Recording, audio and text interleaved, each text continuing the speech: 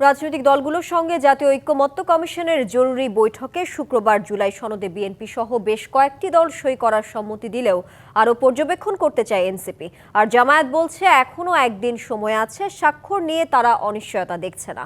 রাজধানীর foreign service একাডেমিতে ঐক্যমত্য কমিশনের সভাপতি ডক্টর মোহাম্মদ ইউনূসের উপস্থিতিতে নেতারা শুরুতে হঠাৎ এই বৈঠকের আয়োজনে কিছুটা উদ্বেগ প্রকাশ করলেও ইতিবাচক হিসেবেই দেখেন।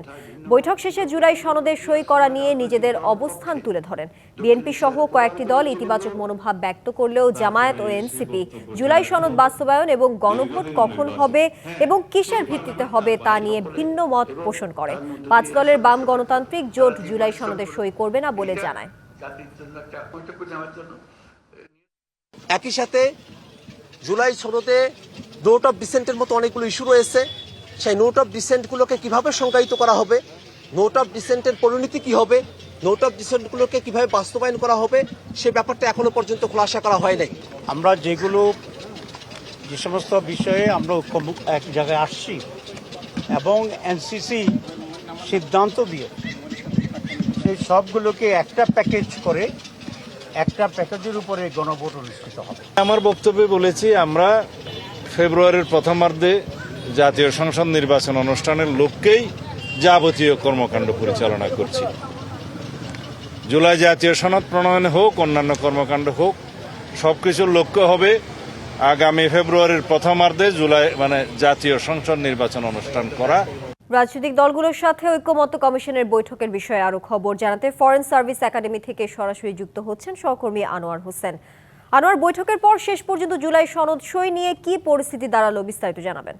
তানিয়া, বিষয়টি হচ্ছে যে আসলে আজকের এই বৈঠকটি জরুরি বৈঠক ছিল জাতীয় ঐক্যমত্য কমিশনের রাজনৈতিক দলগুলোর সঙ্গে, কিন্তু যে বিষয়টি আসলে শুরুর দিকে রাজনৈতিক দলের প্রতিনিধিরা বা নেতারা তারা কিছুটা একটু উদ্বেগই প্রকাশ করছিলেন যে আসলে হঠাৎই কেন এই জরুরি বৈঠক বা কোনো সংকট বা রাজনৈতিক কোনো অস্থিরতা আসলে তৈরি হয়েছে কিনা, এমন একটি প্রশ্ন ছিল। কিন্তু পরবর্তীতে যেটি বোঝা গেল সেটি হচ্ছে যে যেহেতু 2 দিন পরেই শুক্রবার জুলাই সনদ স্বাক্ষরের একটি দিনক্ষণ আছে, একটি অনুষ্ঠান আছে, তো সেটিকেই আসলে সামনে এনে মূলত এই জরুরি বৈঠক। তবে এখন যে বিষয়টি আসলে আমরা দেখলাম যে রাজনৈতিক দলগুলোর মধ্যে এই জুলাই সনদে স্বাক্ষর নিয়ে এখনো কিন্তু কিছুটা দ্বিধা দ্বন্দ্ব কিন্তু রয়েই গেছে। আমরা দেখেছি যে বিএনপি সহ কিছু দল তারা খুবই এটাকে স্বাগত জানিয়েছেন, স্বতঃস্ফূর্ততা আছে তাদের মধ্যে, তারা জুলাই সনদে স্বাক্ষর করবেন। কিন্তু আমরা দেখেছি যে আগের যে কিছু বিষয় ছিল জুলাই সনদ বাস্তবায়ন প্রশ্নে, যে বিএনপি জামায়াতের সঙ্গে যে মতবিমত, এনসিপি, এই যে কিছু বিষয় মতপার্থক্যের জায়গাগুলো, সেই জায়গাগুলো কিন্তু আজকেও এই জরুরি বৈঠকে আমরা দেখেছি। সেটি